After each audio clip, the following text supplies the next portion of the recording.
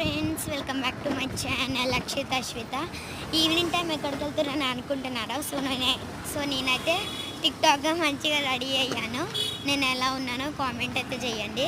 So చూడండి, ఇప్పుడు నేను వెళ్తున్నాను. ఇదిగోండి, రిలయన్స్ కూడా ముందే ఉంది. సో చాలా ఎగ్జైటింగ్గా ఫీల్ అవుతున్నాను.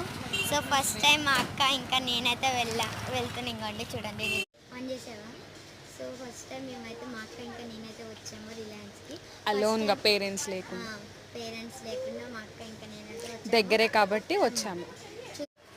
సో గైస్, ఫైనల్గా వచ్చేసాము రిలయన్స్కి. చూడండి,